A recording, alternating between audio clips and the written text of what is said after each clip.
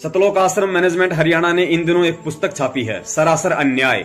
पुस्तक का नाम है सरासर अन्याय, आप जी देख सकते हैं साइड में।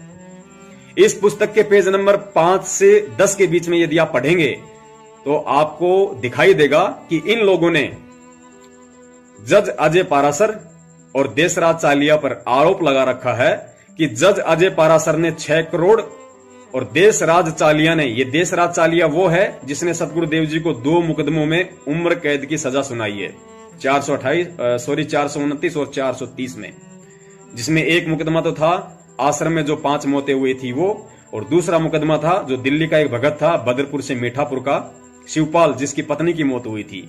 ये 429 और 30 उन मुकदमों को लेकर 2 धाराएं थी। इन दोनों धाराओं में सतगुरुदेव जी को हिसार के जज देशराज चालिया ने उम्र कैद की सजा सुनाई। उन जज के खिलाफ और अजय पारासर, इन दोनों जजों के खिलाफ सतलोक आश्रम मैनेजमेंट हरियाणा ने एक पुस्तक छापी है, सरासर अन्याय। उस पुस्तक के पेज नंबर 5 से 10 पे यदि आप पढ़ेंगे तो उसमें लिखा है कि अजय पारासर ने संत रामपाल जी महाराज जी के केस को रफा दफा करने के लिए 6 करोड़ और जज देशराज चालिया ने 8 करोड़ की रिश्वत मांगी। पुण्यात्माओं, ये दास निवेदन करता है, यदि ये सतलोक आश्रम मैनेजमेंट हरियाणा, और दूसरी बात आपको और बता देता हूं, उस पुस्तक में लेखक के रूप में संगत को मोहरा बनाया गया है। आप जब उस पुस्तक को पढ़ेंगे उसमें देखेंगे कि प्रकाशक और मुद्रक कौन है, तो उसमें लिखा है सर्व संगत, यानी आप लोगों को बताया गया है कि संगत ने वो पुस्तक छापी है और उस पुस्तक में ये सारी बातें लिखी हैं कि जज ने 6 करोड़ और 8 करोड़ रुपए मांगे। जबकि आप विचार कर लेना उस पुस्तक को लिखने से पहले आप में से किन किन लोगों से परामर्श लिया गया था। इस लाखों की भीड़ में से किसी को भी नहीं पूछा गया होगा कि हम लोग ये पुस्तक छाप रहे हैं, लेकिन लेखक में आप लोगों का नाम ठोक दिया गया वहां पे, ताकि कल को कोई मुकदमा बना इस झूठ के ऊपर तो तुम फंसोगे, तुम मरोगे, हम नहीं।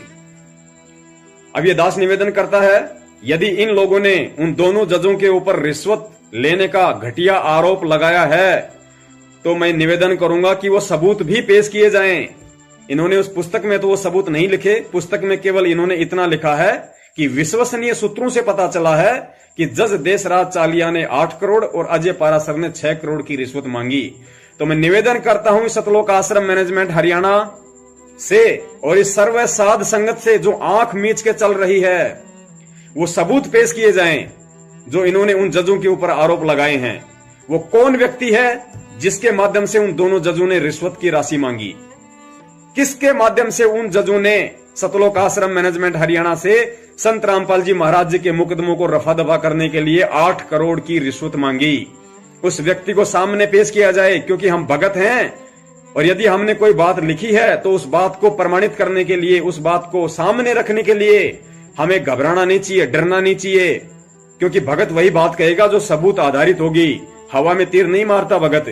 तो अगर सतलोक आश्रम मैनेजमेंट हरियाणा के पास में वो सबूत हैं तो उन सबूतों को पेश किया जाए।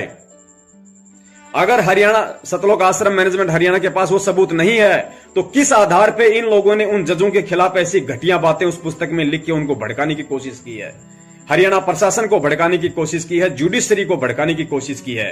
क्योंकि इसी दोगली नीति के तहत पुण्यात्माओं, अभी आप लोग समझ नहीं रहे हो, अभी आपकी बुद्धि पे पत्थर पड़े हैं। ये बहुत बड़ी साजिश है, क्योंकि ऐसी ही साजिश इन लोगों ने बरवाला कांड से पहले रची थी। आप लोगों को अच्छे से पता होगा कि इन लोगों ने बरवाला कांड से पहले 2 पुस्तकें छापी थी न्यायालय और प्रशासन के ऊपर, जिनके नाम थे भ्रष्ट जज कुमारक पर, और दूसरी पुस्तक का नाम था न्यायालय की गिरती गरिमा। इन लोगों ने उस पुस्तकों में लिखा था कि जो रोहतक में जो जज था उसने 30 लाख की रिश्वत मांगी। उन पुस्तकों में इन लोगों ने जजों के खिलाफ अभद्र शब्दों का प्रयोग किया और उन्हीं पुस्तकों को गुरुजी का आदेश बता के कि ये पुस्तकें गुरुजी ने लिखी है और गुरुजी ने ही ये पुस्तक बांटने के आदेश दिए हैं, और आप और हमारी जैसी भोली आत्माओं को भ्रमित करके इन गद्दारों ने, सतलोक आश्रम मैनेजमेंट वालों ने, संत रामपाल जी महाराज जी के भाई ने, इन स्टेट कोऑर्डिनेटरों ने, जबकि इनको सच्चाई का पता था कि पुस्तक किसने लिखी है, इन लोगों ने आप और हम जैसी भोली आत्माओं को निमित्त बना के हमारी गुरुजी के प्रति श्रद्धा और भावों का नाजायज फायदा उठाते हुए इन लोगों ने वो पुस्तकें उन जजों की टेबलों पे रखवाई, सेवा करवाई कि गुरुजी का आदेश है, रोड चलते हुए व्यक्ति को बंटवाई, अधिकारियों को बंटवाई, पूरी दुनिया को बंटवाई। और उन्हीं पुस्तकों का यह नतीजा था कि संत रामपाल जी महाराज जी के खिलाफ हरियाणा प्रशासन ने और हरियाणा न्यायालय ने सख्त रवैया अपनाना पड़ा।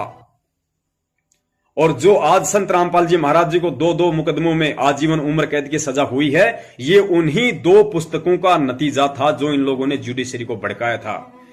क्योंकि प्रशासन और जुडिशरी इतनी जल्दी निर्णय नहीं कर सकती है कि राष्ट्रीय समाज सेवा समिति संत रामपाल जी महाराज जी ने बनाई थी या नहीं बनाई थी।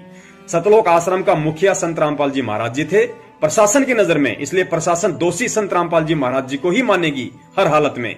वो ये नहीं देखेगी कि इन लोगों को, माता और बहनों को, बच्चों को ढाल किसने बनाया, आश्रम के बाहर पुलिस से लड़ने के लिए कमांडो किसने बनाए। प्रशासन ये नहीं देखेगा कि भक्तों के हाथों में पत्थर, पेट्रोल बम और बंदूकें किसने पकड़ाई। प्रशासन यही मानेगा कि आश्रम संत रामपाल जी महाराज जी का है और ये जितने भी लोग हैं ये सब संत रामपाल जी महाराज जी के शिष्य हैं, तो ये अपने गुरुदेव के आदेशों के अनुसार ही सारा बवंडर कर रहे हैं। जिसका नतीजा निकला कि गुरु जी को दोषी माना गया और गुरु जी को उम्र कैद की सजा सुनाई गई। और निमित्त कौन बने इसके पीछे? आप और हम जैसे नीच प्राणी, जिन्होंने जरा भी ज्ञान पे, जरा भी, थोड़ा सा भी हम लोगों ने विवेक से काम नहीं लिया और हमारी छोटी सी गलती आज हमारे सतगुरुदेव जी के ऊपर पत्थर जैसी भारी पड़ी हुई है।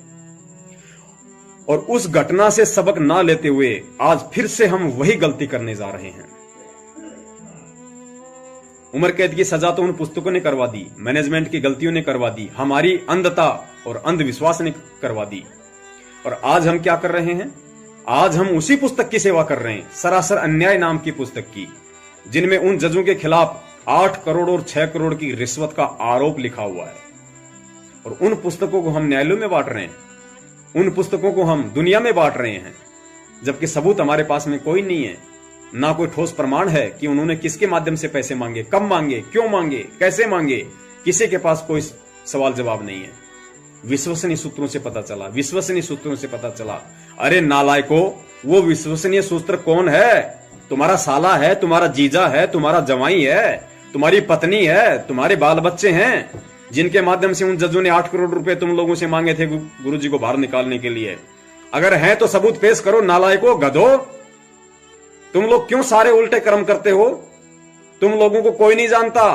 परमेश्वर कहते हैं, जो मैं पूत कपूत हूं बहुर पिता को लाज। अगर बेटा गलती करता है तो सजा बाप को भुगतनी पड़ती है। और पिछले 5 साल से आप और हमारे जैसे नालायकों की, हम जो आंखों पे पट्टी बांध के जो बैठे हुए हैं, उसकी सजा हमारे गुरुजी भुगत रहे हैं।